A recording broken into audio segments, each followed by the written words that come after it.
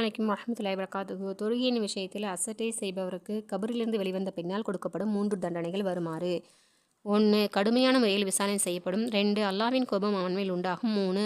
அவன் நரகத்தில் தள்ளப்படுவான்.